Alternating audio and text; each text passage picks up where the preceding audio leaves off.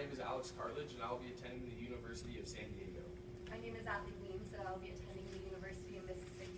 My name is Sophia DeJoy, and I'll be attending Northwestern University. Our unit coach is Mr. Scott Daniel, and our teacher is Mr. Richard Clark. Thank you. All right, this is Unit 5, as you pointed out, and we're going to do question number 1. And I'll read the question, which is a fairly long question. Philip Kirkland wrote that between 1954 and 1964, a period he described as, quote, the fateful decade, quote. The Supreme Court under Chief Justice Earl Warren brought more fundamental changes in the political and legal structure of the United States than during any similar span of time since the Marshall Court, and had a unique opportunity to express itself on a tabula rasa. What do you think were some of the most important decisions made by the Warren Court? What democratic principles and values, if any, did they promote or violate? And do you agree or disagree with their decisions? Explain your position. Also, what controversies, if any, did the decisions of the Warren Court provoke? And how, if at all, were these controversies resolved? And lastly, how did the focus of the Supreme Court under Chief Justice Warren differ from that of prior and subsequent courts? And what do you think should be the focus of the Supreme Court today? And explain your position. So please. After 1,754 cases, 165 opinions of the court, and 55 dissents, Chief Justice Earl Warren reflected, everything that I did in my life that was worthwhile, I caught hell for. President Eisenhower lamented the Warren appointment as the biggest damn fool mistake I ever made. We disagree. The Warren Court made real the promise of a true counter-majoritarian court, incorporating legal realism to deliver revolutionary decisions on segregation, privacy, due process, and free expression that brought the 14th Amendment to life. The Warren Court routinely upended legislative actions, but in the process ushered in an era of entrenched values of liberty and equality essential to the health of a democracy. Specifically, this court resurrected equal protection in Brown v. Board of Education, which ended segregation in public schools, and Loving v. Virginia, which struck down Virginia's anti-miscegenation law. The Warren Court's expansion of due process empowered underrepresented people to protect their rights. The Chief Justice took pride in the Gideon v. Wainwright decision that guaranteed indigent defendants the right to free legal representation, breathing life into the Sixth Amendment by addressing the socioeconomic imbalance in the criminal justice system. This court's vigorous defense of liberty extended to the democratic rights of the First Amendment, exemplified by the decision in U.S. v. Robel that upheld the freedom of association that makes the defense of our nation worthwhile. While we agree with these decisions, we believe that the vaguely established exclusionary rule incorporated to the states by the 6-3 ruling in Mapp v. Ohio violates some democratic principles. We recognize that illegally obtained evidence shouldn't be admissible in court, but the rule perpetrated by Warren's ambiguous opinion has led to countless exceptions, such as good faith established in U.S. v. Rio. The complex stare decisis over the exclusionary rule reflected in the 2016 case Utah v. Strike, where the Supreme Court was split 5-3. We agree with Philip Kirkland that the Warren Court wrought more fundamental changes since the Marshall Court. The Marshall Court relied on legal formalism. They did not tailor their decisions directly to the social outcome, but rather to the direct wording of the Constitution. A tabula rasa allowed Marshall to assert the judiciary as the equal branch of government. The Warren Court, however, focused on legal realism, where the interpretation of the document is through the lens of current times, or how the law ought to be. After Warren's retirement, the Senate filibustered President Johnson's nomination of Associate Justice Fortas in fear of another activist court. This led to the Nixon administration appointing Justice Warren Burger for his conservative views because they believed the Warren Court coddled criminals, fostered permissiveness, and misled many people. Chief Justice Burger's main motives were to overturn the decisions in Miranda, Mapp, and Gideon. 47 years after his retirement, the Warren Court continues to have an effect on the decision in the current Roberts Court. Warren's decision in Loving has been reflected in the Oberfeld v. Hodges decision that allowed same-sex marriage. Additionally, due process rights made prominent by the Warren Court have been extended to enemy combatants in the 2007 case Boumediene v. Bush. While the Supreme Court has the role of setting precedent and determining constitutional validity of laws, it does not and should not have a specific focus. The Supreme Court is not content-based, but rather to act as a non-political check on the legislative branch. In Federalist 78, Alexander Hamilton asserted that the courts are the bulwarks of a limited constitution against legislative encroachments, to that independent spirit in the judges which must be essential to the faithful performance of so arduous a duty. While there have been different focuses of all our Supreme Courts, the Warren Court was unique in its consumption, political, and social agenda. It was a controversial court because it questioned the morality of past judgments, such as Plessy v. Ferguson, and created opinions to fix minority issues. Justice Hugo Black, who served on both the Berger and Warren Court, stated that the purpose of the Supreme Court was to translate into living law and maintain this constitutional shield for the benefit of every human being subject to our Constitution, of whatever race, creed, or persuasion. Thank you. So I'm not sure that I can reconcile this tension you've raised. You say that the Warren Court issued decisions essential to democracy. Let's leave aside the egalitarian cases. But you also praise it for being counter-majoritarian. That strikes me as against each other, right? That before the Warren Court, the voters had much more say through their state and federal elected officials over issues that the Warren Court interpreted the Constitution to make federal judges resolve it. So how can you really say the Warren Court fostered democracy? The Warren Court fostered democracy by promoting this idea of an active judiciary. In our testimony and us saying counter-majoritarian is using it as a synonym for an active judiciary and going against the popular opinion at the time to fix minority issues that in the time might not have been seen as prominent or necessary, but years later we still use those decisions to further minority rights in America. But don't you see why I think that that's not really democratic? I mean, by your own admission, so the court was countering what the majority wanted. Some of the point of view of the Warren Court was through legal process jurisprudence, which meant that they were a form of legal realism that had a tether to an essential democratic principle.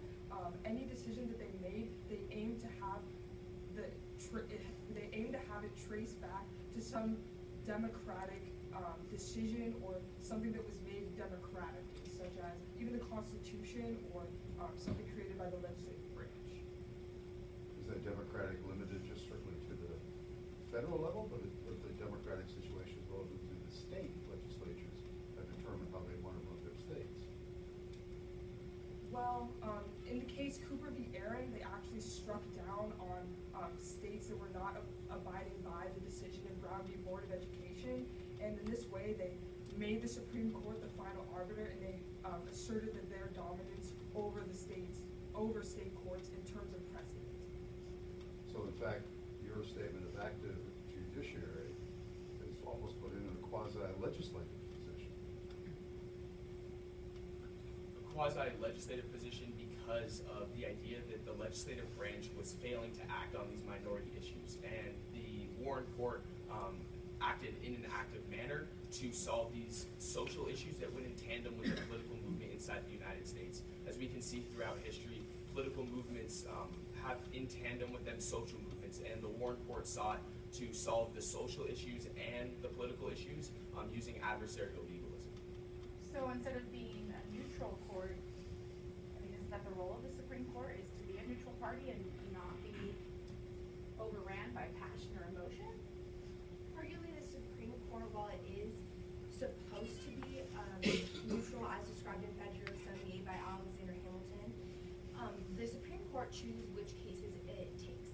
And in doing so, the Supreme Court is not entirely independent of outside agendas, if you will. And in choosing to take the cases that they do, they are not entirely independent or nonpartisan. Yet I would argue that the role of being nonpartisan does not make you not emotional as a person. And when you walk into that courtroom as a Supreme Court judge, you're going in with the intention to make the best decision you see fit. So while they were an activist court, and Warren himself was, like my colleague Sophia mentioned, under a legal process jurisdiction mindset, he was nonpartisan in his rulings. In 1981, President Ronald Reagan asserted that the judiciary's commitment to the preservation of rights often requires the lonely courage of a patriot. And the Warren Court, using adversarial legalism and using legal process jurisprudence, was them trying to promote those democratic principles that were necessary at the time to further the political and social movements in the United States together. Three of you have mentioned legal process. Can you tell me what that is and how it specifically relates to the law court? As I described earlier, we mentioned legal process jurisprudence as it's a form of tailoring, a form of lawyering, similar to legal realism, but the difference is that they try and tether a lot of their decisions. They have the limitations of they wanted to tether back to a democratic principle or something that was democratically decided. On the current court today, we can see the judge that uses this is Justice Kennedy, and he uses this because of the idea of upholding those democratic principles while still reading the direct wording of the Constitution and getting a concept from the direct wording of the Constitution, but then applying that concept to modern issues. This can also be seen with Felix Frankfurter's dissent in Baker v. Carr, which, while he was more contentious and used legal realism in his readings, he wanted to tie this concept back to a democratic principle, which he thought the Supreme Court should have made a decision in Baker v. Carr. Why do you think the Warren Court was so controversial? The Warren Court was so controversial because it questioned everything that was prior to it. It questioned Plessy v. Ferguson, and it questioned the limitation of news sources as seen in the decision in the New York Times v. Sullivan. It was controversial because no one wanted to hear necessarily what was right and what was prosperous for our nation. Specifically in New York Times v. Sullivan, he protected the right of journalists to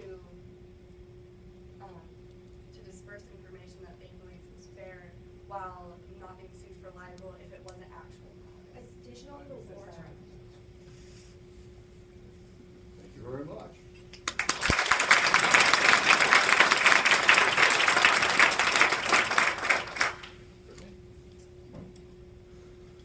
I'm going to give you a little bit of feedback. So I think that you had a grasp on the various cases, especially some of the more popular ones by Justice Warren. I think I would have, I definitely was challenging you about the precedent. That's something that we're supposed to revere and hold dear, and essentially that wasn't followed, so I would like to hear a little bit more about precedents. But I think that considering that we're asking some very difficult questions, that you handled yourselves very well, and at least I think you did a great job answering them and providing reasoning, not just, well, this is the way it is. You actually provided support in that, which I appreciate.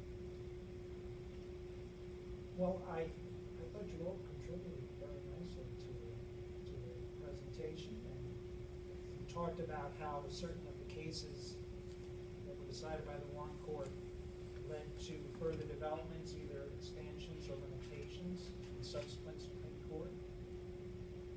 I think some of the issues about, you were asked about state legislatures and state and federal power. Again, that was more of a way in which the Warren Court was anti-democratic, because it was taking powers away from the states as well as from the federal government. I think we were trying to get you to think more about the anti-democratic nature of the Warren Court in so many ways. There's few areas where it's democratic. You mentioned like New York Times versus Sullivan. But so much about what the Warren Court was about protecting minority rights. And maybe you could say the Warren Court was more interested in protecting constitutional values than it was in protecting democratic values. So something to think about, but I thought you did a good job. Yeah, I thought when you used the term legal realism, you were going to judiciary activism. And it appears to me from the readings, I've done as much as you all have done on this particular question, but that the Warren Court initiated what we today we're talking about judicial activism, where the court seems to be acting in the place of the legislature. And unfortunately, one of the things about the emotional aspects about the Warren Court, a lot of what they decided was based upon opinion. And that's what was all the controversy about, that there wasn't substantiation, at least. I guess one of the people, the pundits are called jobbers, the niceties of the written opinion. They say that they were sloppy. So Warren Court were sloppy in its work. I think the way the Supreme Court is acting